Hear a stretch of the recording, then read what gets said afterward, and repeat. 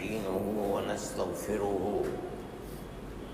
ونؤمن به ونتوكل عليه ونعوذ بالله من شرور أنفسنا ومن سيئات أعمالنا من يهده الله فلا مضل له ومن يضلله فلا هادي له ونشهد أن لا إله إلا الله وحده لا شريك له ونشهد أن سيدنا ومولانا محمدا عبده ورسوله أما بعد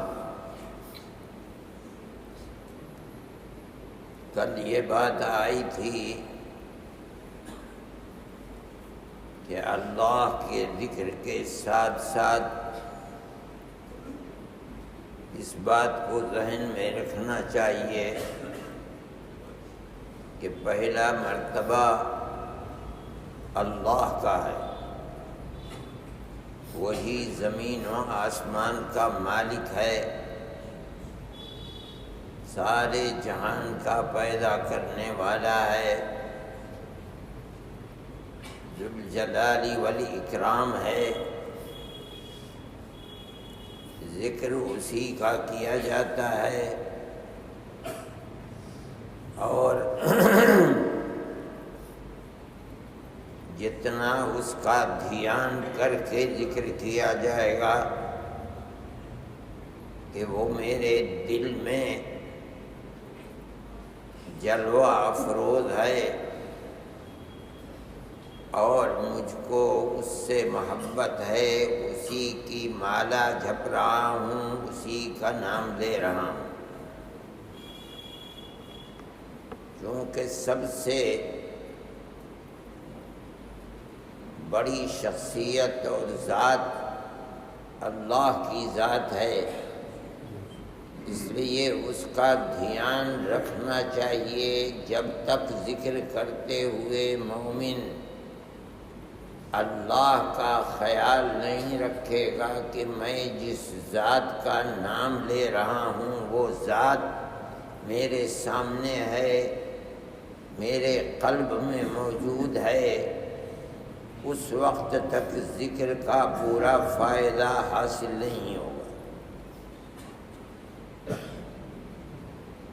بہت زیادہ ذکر کرانے کا جو حکم دیا جاتا ہے کہ پابندی نہ کرو، ذکر کرو، اللہ کو یاد کرو، اس کا مقصد یہی ہے کہ اتنا کرو، اتنا کرو، اتنا کرو کہ جس ذات کا نام لے رہے ہو گویا کہ وہ ذات بذات خود تمہارے سامنے ہے، تمہارے دل میں ہے۔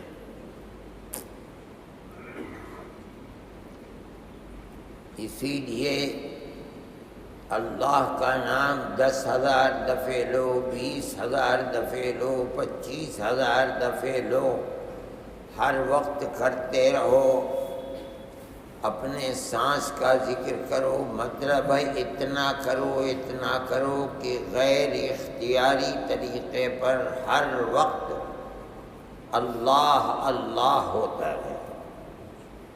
مقصد کیا ہے؟ اتنا کرو، اتنا نام لو اللہ کا کہ خود اللہ کی ذات سامنے آئے اور وہ ذات گویا کہ دل کے اندر محفوظ ہو، دل اس سے محبت کرنے لگے۔ اس کے ساتھ دوسری چیز بتائی تھی کہ اللہ کے بعد یہ طریقہ جو ذکر کے لیے فرمایا اذکروا اللہ ذکرا کثیرا والذاکرین اللہ کثیرا والذاکرات، یہ جو ہر وقت ذکر کرنا ہے یہ اللہ کا کلام ہے، اللہ کا حکم ہے، لیکن اللہ نے بذات خود ہم تک نہیں پہنچایا۔ ہم تک اللہ کے اس حکم کا آنا، قرآن کا ہم تک آنا، قرآن کی آیات کا ہم تک پہنچنا، اس میں سب سے بڑا احسان اللہ کی ذات کے بعد ہمارے آقا حضرت محمد صلی اللہ علیہ وسلم کا ہے۔ اگر وہ قرآن ہمیں نہ دیتے ہمیں پتہ نہ چلتا، اگر وہ یہ نہ فرماتے کہ یہ قرآن اللہ کی کتاب ہے، ہم نہ جانتے کہ اللہ کی کتاب ہے۔ قرآن نے یہ فرمایا ہے، اگر اللہ کے نبی ہمارے آقا ہمیں اس سے باخبر نہ کرتے تو ہمیں کچھ خبر نہ ہوتی۔ اس لیے ان سے محبت، ان کے احسانات کا ذکر کرنا، ان کے لیے دعا کرنا، ان کے اوپر درود پڑھنا، درود کا مطلب ہے دعا کرنا کہ اے اللہ ہمارے آقا کے اوپر رحمتیں برسا، برکت عطا فرما۔ یہ چیز در حقیقت اللہ کے حق کے بعد دوسرا حق ہمارے آقا حضرت محمد صلی اللہ علیہ وسلم کا ہے۔ اللہ کے احسانات کے بعد دوسرا احسان نبی کریم علیہ السلام کا ہے۔ اسی لیے انہوں نے فرمایا ہے کہ اللہ کے بعد سب سے زیادہ محبت مجھ سے ہونی چاہیے۔ اگر مجھ سے محبت نہیں ہے اللہ کے بعد مجھ سے زیادہ کسی اور سے محبت ہے تو اس کا ایمان نہیں ہے۔ دنیا میں اللہ کے بعد اپنی ماں، اپنا باپ، اپنی اولاد، مال اور دنیا میں جو کچھ بھی ہے، رسول اللہ نے فرمایا لا یؤمن احدکم حتی اکون احب الیہ من والدہ وولدہ والناس اجمعین۔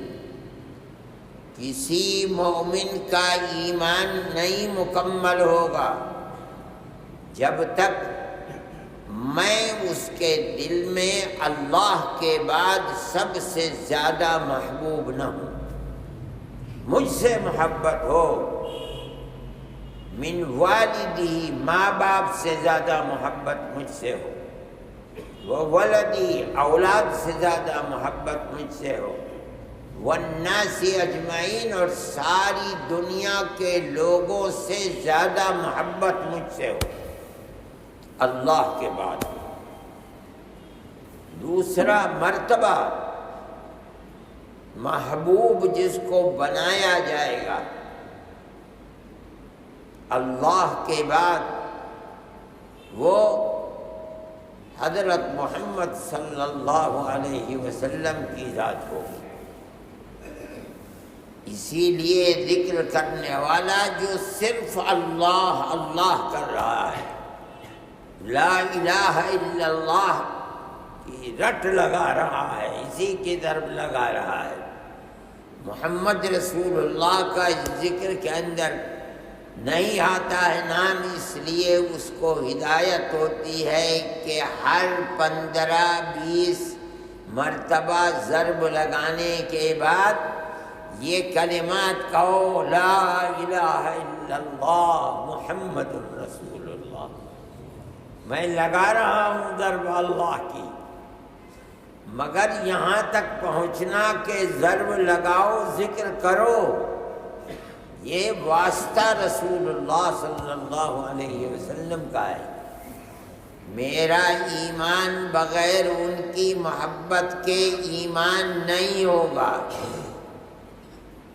اس لیے اللہ کے نام نامی کا ذکر ہو رہا ہے، تھوڑی تھوڑی دیر کے بعد مومن کو، ذاکر کو اللہ کے نبی کا بھی نام نامی لے لینا چاہیے، تاکہ یہ چیز ذہن میں رہے کہ بغیر ان کے صرف اللہ کی توحید، تو بہت دنیا میں لوگ ہیں جو سکھوں کے یہاں اللہ کی توحید ہے، کوئی شرک نہیں ہے، جینیوں کے یہاں اللہ کی توحید ہے اصل میں، اگرچہ اب ہندوستان میں رہتے رہتے وہ بھی بت بنا کر کے گرو نانک کا رکھتے ہیں، لیکن اصل میں یہ ہے۔ لیکن صرف لا الہ الا اللہ ایمان نہیں ہے،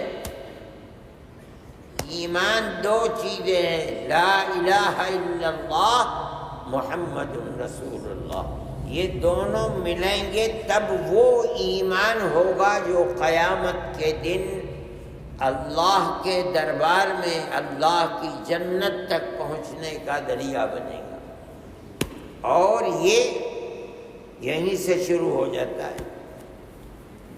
جو ہم ہر نماز سے پہلے اذان اشہد ان لا الہ الا اللہ واشہد ان محمد رسول اللہ، دنیا ہی سے شروع ہونے لگتا ہے، جہاں موت ہوئی اور قبر میں رکھا گیا تو فرشتے آتے ہیں، اٹھاتے ہیں۔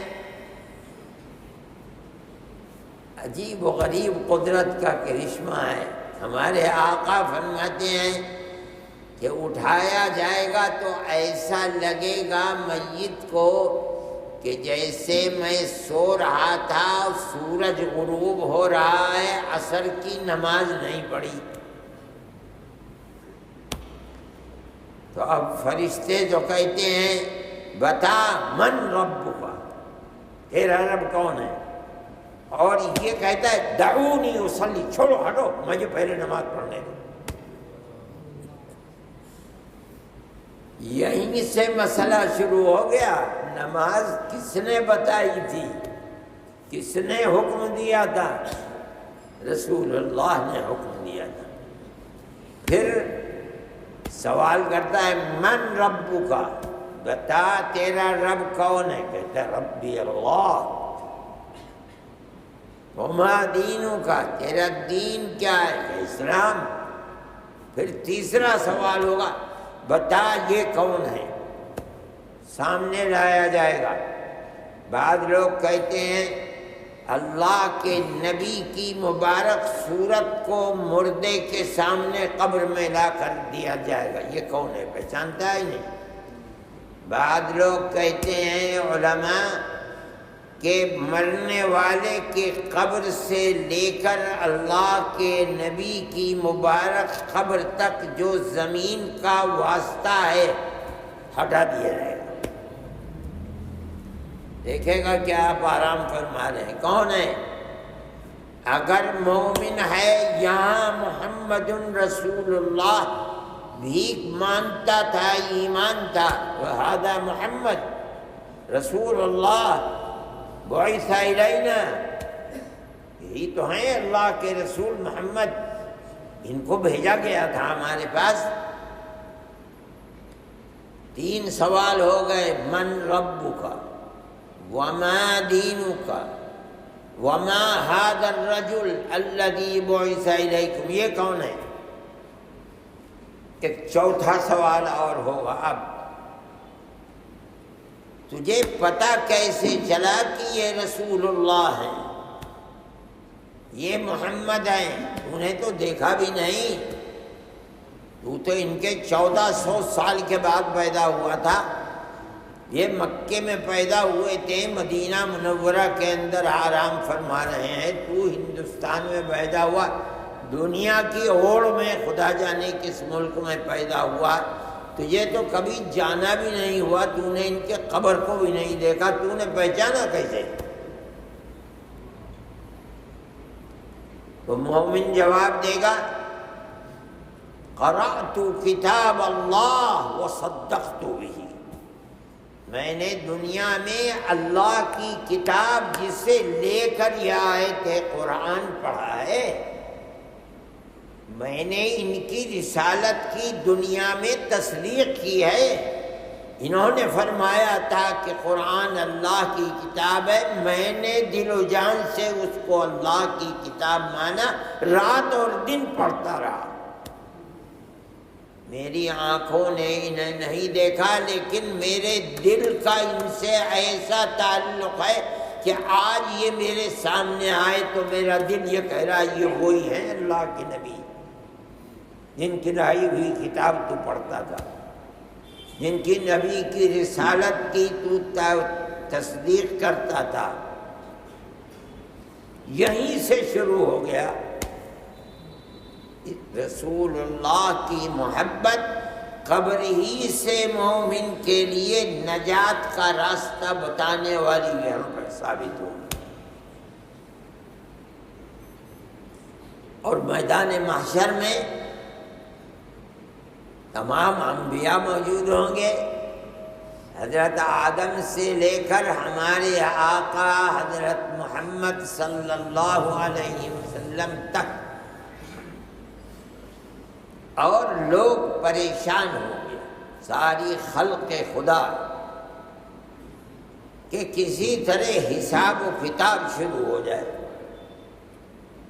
اپنے گناہوں کے اعتبار سے آدمی خود اپنے پسینے میں ڈوبا ہوا ہوگا۔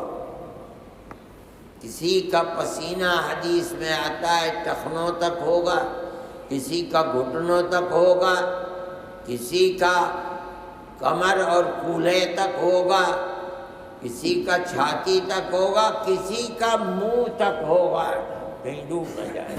گناہ جتنے ہوں گے اب جائیں گے کہ بھئی اس مصیبت سے نجات حاصل، چلو اپنے باپ کے پاس چلو۔ وہ کہہ دیں گے مجھ سے غلطی ہو گئی تھی، مجھے اللہ نے جنت سے دنیا میں بھیج دیا تھا، میں تمہارے لیے جاؤں۔ آج اللہ کو اتنا غصہ ہے، اتنا غصہ ہے کہ اس سے پہلے کبھی اتنا غصہ نہیں ہوا اور نہ کبھی ہوگا۔ اگر مجھ سے پوچھ لیا کہ آؤ اپنا حساب دو،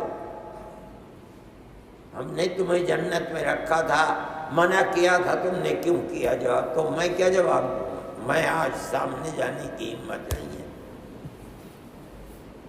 حضرت نوح کے پاس بھیج دیں گے، ان کے پاس جائیں گے، وہ بھی عذر کر دیں گے۔ جاؤ حضرت ابراہیم، آج جتنا غصہ ہے اللہ کو نہ کبھی ہوا نہ کبھی ہوگا۔ وہ حضرت ابراہیم کے پاس بھیج دیں گے۔ اسی طرح ہوتے ہوتے حضرت عیسیٰ تک آ جائیں گے۔ حضرت عیسیٰ حضرت محمد صلی اللہ علیہ وسلم کے پاس بھیج دیں گے۔ آپ فرمائیں گے انا لہا، ٹھیک ہے، کہیں تمہاری مراد بر نہیں آئی، میں تمہاری مراد کو پورا کروں گا، میں کروں گا شفاعت۔ وہ اٹھیں گے، شفاعت کریں گے، اور ان کی یہ منزل آسان ہوگی۔ سب سے پہلے جن لوگوں کا حساب و کتاب شروع ہوگا، سب سے پہلے سب سے آخری امت کا شروع ہوگا۔ حضرت آدم سے لے کر کے ہر نبی کی امت ہے، لیکن حساب و کتاب ہونے میں سب سے پہلے مشکل دور ہو میدان کی، وہ ہوگی نبی کریم علیہ السلام کی امت۔ آپ نے حدیث میں فرمایا کہ امت میری سب سے آخر میں، لیکن قیامت کی مشکلات سے نکلنے کے لیے حساب و کتاب شروع ہونے میں سب سے پہلی امت میری ہے۔ یہ آپ کا احسان ہے ہمارے اوپر۔ پھر میدان محشر میں ہمیں آپ جہاں خلق خدا ہے، صحابی کہتا ہے کہ یا رسول اللہ مجھے آپ کی شفاعت درکار ہوگی تو مجھے آپ پہچانیں گے کیسے؟ میری ملاقات کیسے ہوگی؟ کوئی 2 4 10 20 ہزار لاکھ 10 لاکھ کروڑ 10 کروڑ تو نہیں ہیں، خدا جانے اربوں خربوں لوگ ہیں، آپ ہمیں کیسے پہچانیں گے؟ ہمارے آقا حضرت محمد صلی اللہ علیہ وسلم فرماتے ہیں کہ میری امت جو میرے سامنے آئے گی غرن محجلین، ان کے ہاتھ اور چہرے جیسے کوئی گھوڑا ہوتا ہے جس کے پیر سفید ہوتے ہیں، منہ سفید، اس طرح آئیں گے۔ من اثر دنیا میں جو وہ وضو کیا کرتے تھے، دنیا میں تو کچھ محسوس نہیں ہوتا، وضو کرتے ہیں، ٹھیک ہے، یہ وضو کے اثرات میدان محشر میں ایسے ہوں گے، چمک رہے ہوں گے، کسی دوسری امت کو یہ نشانی نہیں ملے گی۔ اللہ کے نبی فرماتے ہیں پوچھنے کی بھی ضرورت نہیں، نام بتانے کی بھی ضرورت، دیکھوں گا کہ اس کا منہ سفید ہے اور ہاتھ سفید ہیں، پیر سفید ہیں، میں سمجھ جاؤں گا کہ یہ میرا امتی ہے۔ یہ ان کے احسانات ہیں امت کے اوپر، ان احسانات کے لیے ان کا امتیاز ہے۔ کسی دوسرے نبی کو اللہ اتنا حق نہیں دے گا جتنا حق ہمارے آقا حضرت محمد صلی اللہ علیہ وسلم کو دے گا، اپنی امت کی شفاعت اور دستگیری ہاتھ پکڑنے کے لیے۔ اس لیے ان سے محبت اللہ کے بعد سب سے زیادہ ہونی چاہیے، ساری دنیا سے زیادہ ہونی چاہیے۔ اگر نہیں ہے محبت، آپ فرماتے ہیں ایمان کسی کا مکمل نہیں ہوگا بغیر اس کے۔ محبت کا مطلب کیا ہے؟ ان جیسی صورت بناؤ، ان جیسی سیرت بناؤ، ان جیسے کام کرو جیسے انہوں نے فرمایا ہے، ویسے دنیا میں زندگی گزارو۔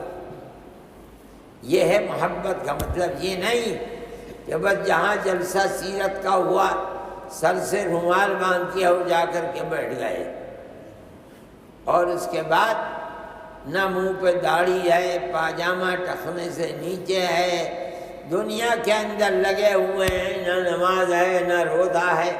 یہ محبت نہیں ہے۔ محبت کا مطلب ہے اپنی صورت کو، اپنی سیرت کو اللہ کے نبی حضرت محمد صلی اللہ علیہ وسلم جیسی بناؤ، مگر اللہ کے بعد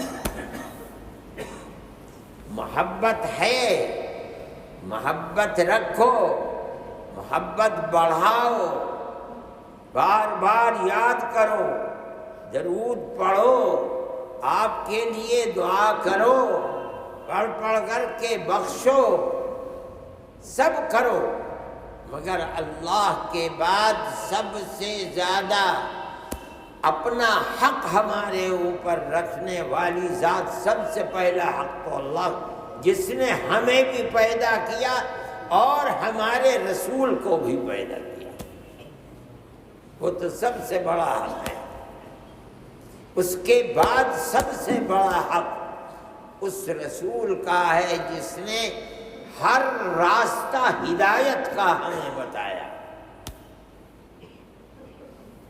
خیر کا ہر وہ راستہ جو اس کی اللہ کے نزدیک قربت محبت کا سبب بنے، ہر وہ راستہ جو میدان محشر میں اللہ کی رحمت اور نجات کا راستہ ہے، ہر وہ راستہ جو جہنم سے بچا کر جنت میں جانے کا، داخل ہونے کا راستہ، وہ راستہ بتایا ہے رسول اللہ صلی اللہ علیہ وسلم۔ اس لیے ان کے ساتھ محبت بڑی بنیادی چیز ہے۔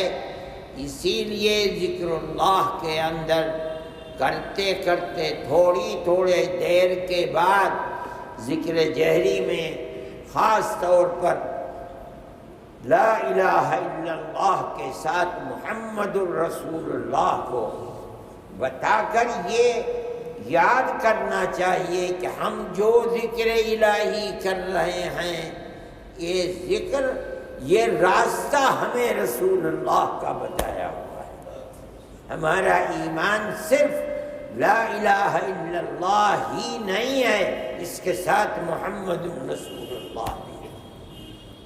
میرے بھائی، اس کو ذہن میں رکھنا چاہیے، اور ہر ذکر کرنے والے کو ذکر سے پہلے بھی کہا جاتا ہے کہ 3 مرتبہ درود شریف، 11 مرتبہ، 3 مرتبہ درود شریف، 3 مرتبہ الحمد شریف، اور 11 مرتبہ قل هو اللہ احد، پھر آخر میں 3 مرتبہ درود شریف پڑھو، اور نبی کریم علیہ السلام کی ذات والا صفات کو اور اپنے مشائخ کو اس کا ثواب، پھر اس کے بعد ذکر اللہ کو شروع کرو،